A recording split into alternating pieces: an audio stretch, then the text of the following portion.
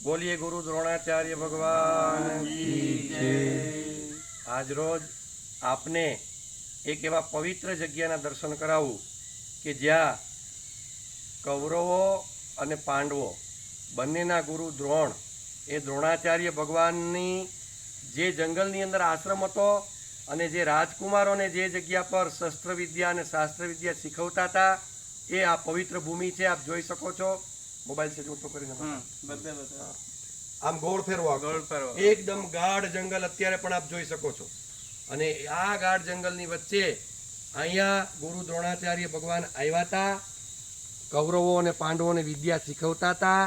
अने अहींया ज एकलव्य नो एक डूंगर छे बाजुमां, ए एकलव्यने पण विद्या आपवानी ना पाड़ी ए जग्या पण आ ज छे।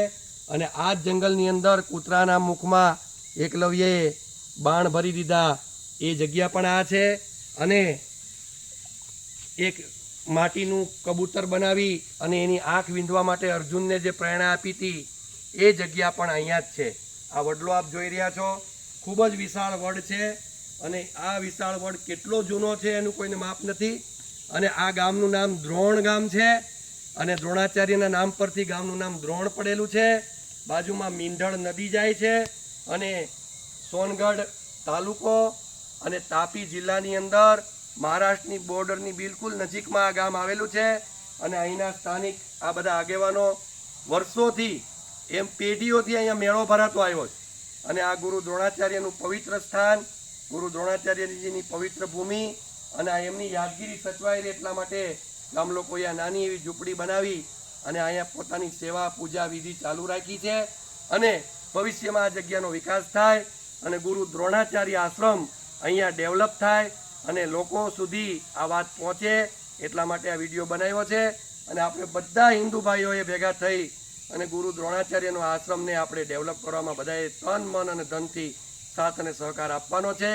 અનંત શ્રી વિભૂષિત દ્વારકા શારદા પીઠાધીશ્વર જગતગુરુ શંકરાચાર્ય પરમ પૂજ્ય સ્વામી સદાનંદ સરસ્વતીજી મહારાજશ્રીની પ્રેરણાથી એમના આશીર્વાદથી હું સ્વામી નિજાનંદગીરી છોટાઉદેપુરથી આવ્યો છું।